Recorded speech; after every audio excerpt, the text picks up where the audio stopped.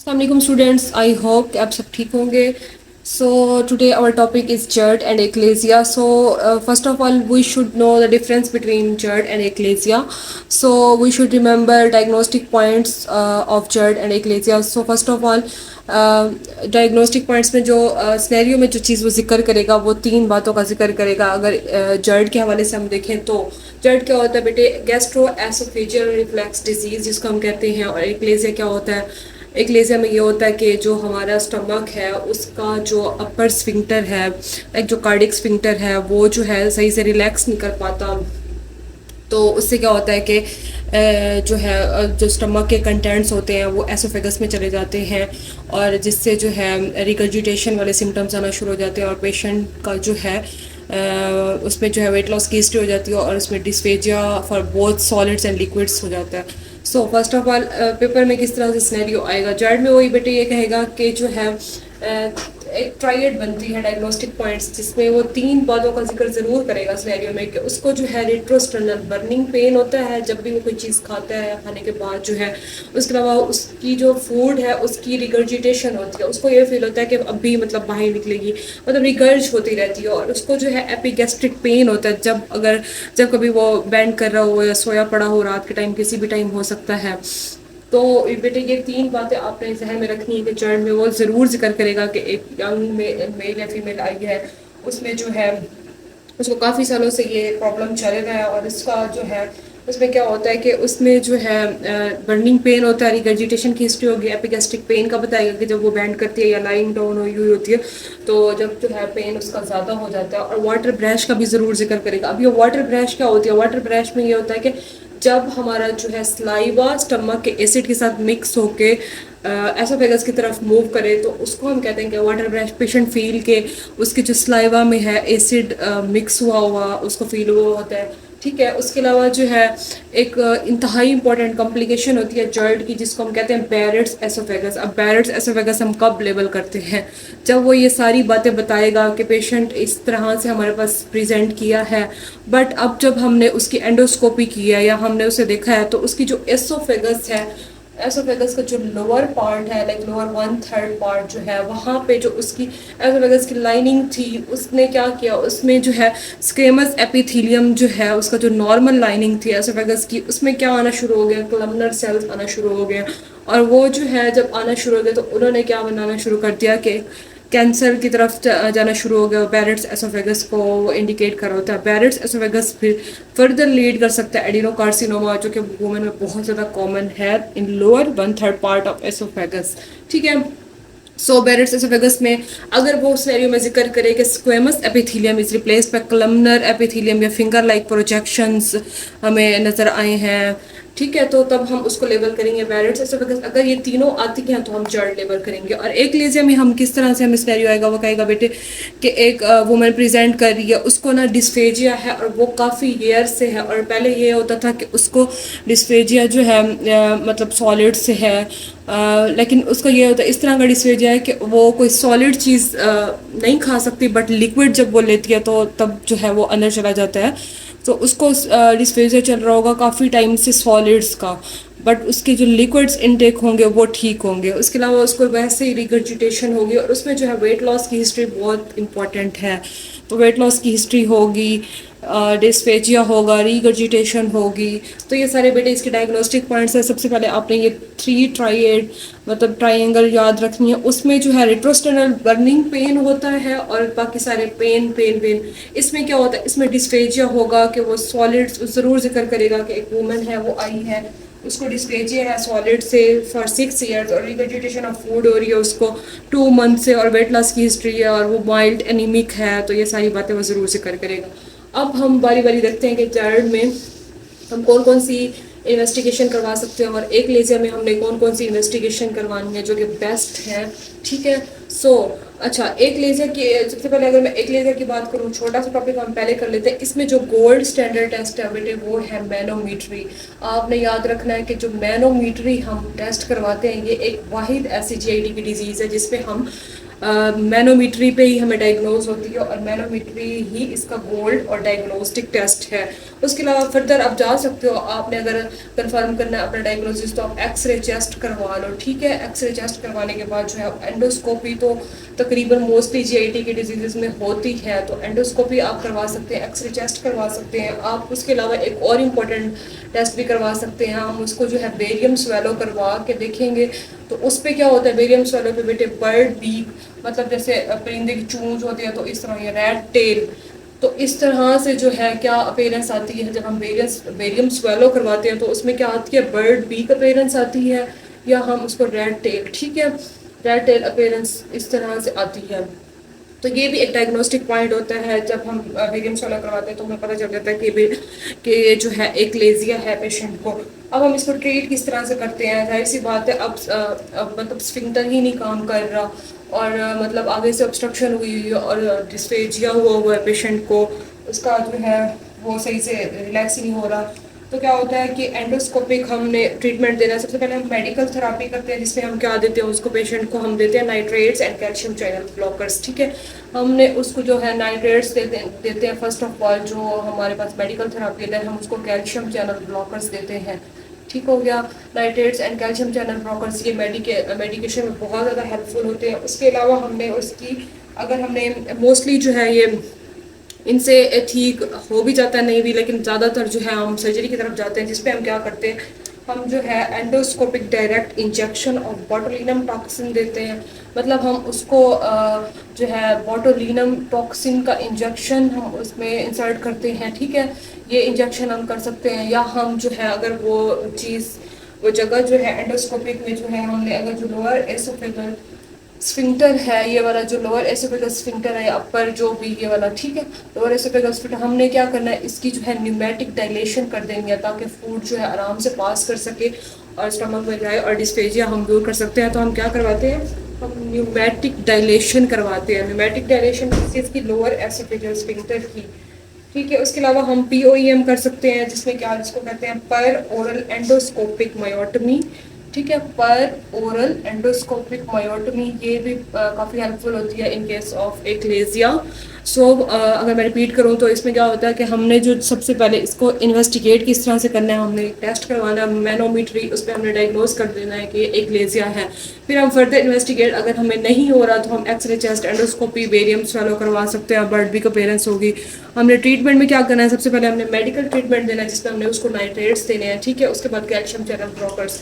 अगर in case वो patient respond नहीं कर रहा इन चीज़ों से तो हम सर्जिकल की तरफ जाएंगे जिसमें हमने क्या करना है, ये वाला एसोफेगल स्फिंक्टर जो लोअर एसोफेगल स्फिंक्टर इसी में मसला आ जाता है, तो हमने क्या करना है इसकी न्यूमेटिक डायलेशन कर देनी है ताकि जो है पेशेंट का डिस्फेजिया ट्रीट हो जाए। उसके बाद हमने क्या करना है, पर ओरल एंडोस्कोपिक मायोटमी करनी है। ठीक है, ये भी काफ़ी हद तक जो है एसोफेजियल हेल्पफुल होती है एंडोस्कोपिक मायोटमी। उसके अलावा हमने उसको बोटुलिनम टॉक्सिन इंसर्ट कर देना है जिससे भी काफ़ी हेल्पफुल होता है।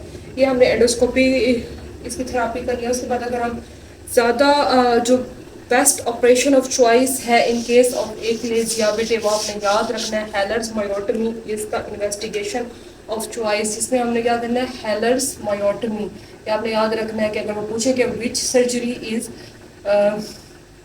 Investigation of choice in case of achalasia तो आपने कहना है कि हेलर्स मायोटमी। हेलर्स मायोटमी हम किस तरह से करते हैं, हम लेप्रोस्कोपिक करते हैं, लेप्रोस्कोपिकली करते हैं। ठीक है बेटे, कैमरे के जरिए से इंसर्ट करके हम जो है क्या करते हैं, ये वाला प्रोसीजर करते हैं जिसको हम कहते हैं हेलर्स मायोटमी। इसके अलावा जो है हम जर्ड के केस में आपने कौन सी सर्जरी याद रखनी है, हमने हम करते हैं फंडोप्लाइकेशन, पार्शियल फंडोप्लाइकेशन कर देते हैं क्योंकि मसला आ रहा होता है स्टमक में। तो हम क्या करते हैं, हम जो है पार्शियल फंडोप्लाइकेशन इन केस ऑफ चर्ड और इसके अलावा जो हम पीपीआईज वगैरह देते हैं। तो हम ये सारे अगर इन केस इन चीज़ों से ट्रीट नहीं हो रहा तो देन हम जाते हैं एसोफेजेक्टमी की तरफ जाते हैं कि हम जो है वो एसोफेगस का जो पार्ट है जो सही से काम नहीं कर रहा उसको ही हम एसोफेजेक्टमी उसकी करके, ठीक है, उसको फर्दर फिर ट्रीट करते हैं। आई होप कि आपको एक्लेजिया क्लियर हो गया होगा। अब हम एक दफ़ा बात कर लेते हैं जर्ड की। बेटे मैंने वैसे पीड्स वाले लेक्चर्स में भी इसको पढ़ाया हुआ है, बट एक दफ़ा हम देख लेते हैं कि क्या है जर्ड में। मैंने आपको डायग्नोस्टिक पॉइंट्स तो बता दिया। अब हमने इसके लिए इन्वेस्टिगेशंस क्या क्या करवानी है, कि क्या क्या इन्वेस्टिगेशन से, जैसे हमने उसका कहा था कि manometry is best diagnostic test for achalasia, तो जर्ड के लिए भी बेटे ऐसे ही है। इसके लिए जो सबसे बेस्ट अगर कोई पूछे आपसे कि डायग्नोस्टिक टेस्ट या इन्वेस्टिगेशन क्या है, ट्रीटमेंट ऑफ चॉइस, तो आप कहेंगे कि endoscopy. Endoscopy is best. Endoscopy जो है इन्वेस्टिगेशन ऑफ चॉइस है। उसके अलावा अगर गोल्ड स्टैंडर्ड में बेटे बात करूँ तो हमने क्या करना है, 24 आवर्स जो है हमने पीएच मॉनिटर करनी है उस पेशेंट की। 24 hours intra oesophageal pH monitoring करनी है। हम मतलब वो डिवाइस इंसर्ट कर देते हैं जो कि पीएच मेजर करता रहता है एसोफेगस वगैरह की। तो उससे भी जो है हम 24 आवर्स से हम अंदाज़ा लगा सकते हैं कि पेशेंट को कितनी दफ़ा हुआ है। और उसके अलावा जो है हम बेरियम एसोफेगोग्राम भी कर सकते हैं, बेरियम भी उसको सॉल्व करवा के हम चेक कर सकते हैं। और सबसे जो बेस्ट होता है ये एंडोस्कोपी। उसके बाद हम बायोप्सी भी ले सकते हैं एसोफेगस के किसी भी पार्ट से। बायोप्सी भी कुछ हद तक हमें हेल्पफुल साबित होती है इन केस ऑफ जर्ड्स। तो ये बेटे सारी इन्वेस्टिगेशंस है जिसमें हमने क्या करवाना है, एंडोस्कोपिक इन्वेस्टिगेशन ऑफ चॉइस है। उसके बाद हमने गोल्ड स्टैंडर्ड अगर मेथड की बात करूँ तो पीएच 24 आवर इंट्रा एसोफेजियल करवानी है, बेरियम करवा सकते हैं। उसके अलावा बायोप्सी हम ले सकते हैं। अच्छा, उसके बाद इन्वेस्टिगेशंस के अलावा अगर वो पूछे कि आपने अब जर्ड का पेशेंट आपके पास आ गया, आपने उसको मैनेज किस तरह से करना है, आप सबसे पहले जो आपको हमने जो है उसको क्या करना है, उसको हमने मेडिकल ट्रीटमेंट देना है। इन केस अगर वो मेडिकल ट्रीटमेंट से सही रिस्पॉन्स नहीं कर रहा और काफ़ी ज़्यादा टाइम हो गया पेशेंट को, तो देन हम सर्जिकल की तरफ जाएंगे। फर्स्ट ऑफ ऑल जो है पीपीआई मशहूर है ज़माना ड्रग्स जो कि बहुत ज़्यादा कॉमन है, प्रोटॉन पंप इनहिबिटर्स, जिसमें कौन से ओमिप्राजोल, आई होप के सबको ही पता होगा, ओमिप्राजोल के कैप्सूल वगैरह, जिसमें लेप्रोजोल, ओमिप्राजोल, इसोमिप्राजोल, ये सारे ठीक है। ये जो है प्रोटॉन पंप इनहिबिटर्स हम उसको देते हैं, जो हमारा फर्स्ट मेडिकल ट्रीटमेंट होता है इन केस ऑफ जर्ड। तो उसके बाद जो हम क्या देते हैं, उसके बाद जो है हम देते हैं उसको जो है H2 रिसेप्टर एंटागोनिस्ट देते हैं। H2 रिसेप्टर एंटागोनिस्ट में कौन कौन से आ सकते हैं, H2 रिसेप्टर एंटागोनिस्ट में हमारे पास रानिटिडीन, फेमोटिडीन, ठीक है, ये एक ड्रग याद रखनी है आपने, दो याद रख लें, फेमोटिडीन एंड रानिटिडीन जो है ये H2 रिसेप्टर एंटागोनिस्ट हैं जो कि जर्ड में काफ़ी हेल्पफुल साबित होते हैं। उसके बाद हमने अगर पेशेंट को वोमिटिंग हो रही है तो आप एंटीमेटिक्स दे सकते हो, ऐसे मोस्टली होती नहीं है, वही वाटर ब्रश वाली सिचुएशन ही होती है। उसके अलावा जो है हम एंटासिड्स दे सकते हैं उसको, कौन से एंटासिड्स में मैग्नीशियम हाइड्रोक्साइड और एल्यूमिनियम हाइड्रोक्साइड दे सकते हैं। तो ये एंटासिड्स अगर इन केस ऑफ उसको रिकर्जिटेशन हो रही है और बर्निंग पेन हो रहा है तो हम एंट एसिड्स भी उसको देते हैं। उसके अलावा जो है हमने सर्जिकल ट्रीटमेंट में अगर हम बात करें तो वही मैंने आपको बताया बेटे, लेप्रोस्कोपिक हम जो है क्या करते हैं, पार्शियल फंडोप्लिकेशन करते हैं। पार्शियल फंडोप्लिकेशन जो है is best surgical treatment in case of GERD. ये भी एक एमसीक्यू बहुत ज़्यादा पूछा जाता है कि कौन सी चीज़ जर्ड में, लेप्रोस्कोपिक पार्शियल फंडोप्लिकेशन, और उसमें क्या करते हैं, हेलर्स मायोटमी करते हैं लेप्रोस्कोपिक। सबसे ज़्यादा जो है जर्ड का अगर मैं बात करूँ तो इसकी जो है वो जो है लाइफस्टाइल मॉडिफिकेशन से ही मोस्टली पेशेंट्स ट्रीट हो जाते हैं। लाइफस्टाइल में आपने क्या करना है, आपने पेशेंट को कहना है कि अगर वो स्मोकिंग यूज़ कर रहा है तो वो स्मोकिंग छोड़ दे, ठीक है। उसके अलावा बहुत ज़्यादा जो फॉरेन कंट्रीज़ है वहाँ अल्कोहल बहुत ज़्यादा कॉमन है, तो वहाँ ये बहुत ज़्यादा ये डिजीज़ कॉमन है। तो हमने जो अगर पेशेंट अल्कोहल यूज़ कर रहा है उसको वो कहना है कि आपने अल्कोहल यूज़ नहीं करनी। अगर वो स्मोकर है तो हमने उसको स्मोकिंग से रोकना है, ठीक है, स्मोकिंग नहीं करनी। हमने उसको कहना है कि आपने जो है ज़्यादा मील नहीं लेने, आपने छोटे छोटे पीसीस में अपना जो है मील उसको डिवाइड करना है। आपने एक ही दफ़ा में ज़्यादा खाना नहीं खाना, ठीक है, अवॉइड लार्ज मील्स।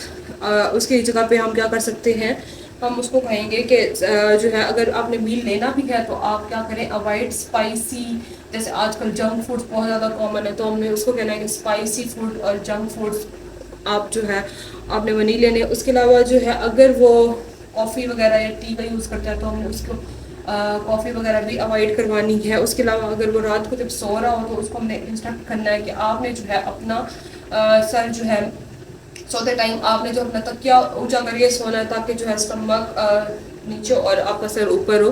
तो हमने क्या करना है, उसको कहना है कि एलिवेट योर हेड, ठीक है, एलिवेट योर हेड लेवल्स। उसके अलावा जो है हमने उसको यही कहना है कि फ्रीक्वेंट फूड्स लेनी है, लेकिन स्मॉल वॉल्यूम में छोटे छोटे मील्स लेने हैं।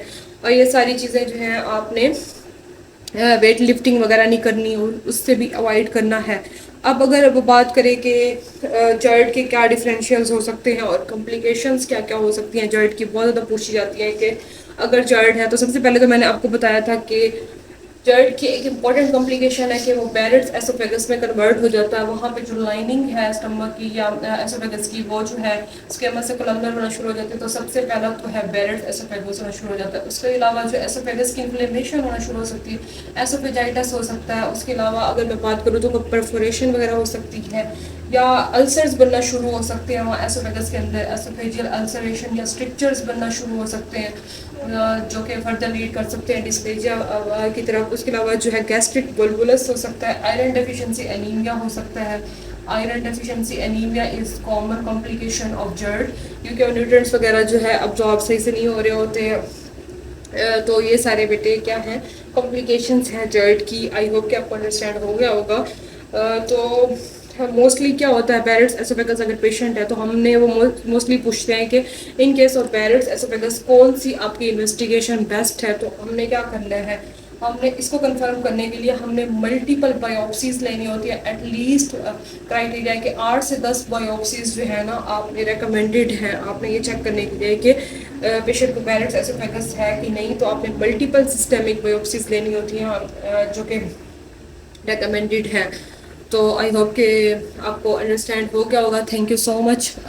अब हम इंशाल्लाह फर्दर सारे टॉपिक्स जीआईटी के कवर करेंगे, जिसमें अल्सरेटिव कोलाइटिस में आपको पढ़ाऊंगी, इन्फ्लेमेटरी बाउल सिंड्रोम हम पढ़ेंगे। काफ़ी इंटरेस्टिंग होने वाला है इंशाल्लाह। Thank you.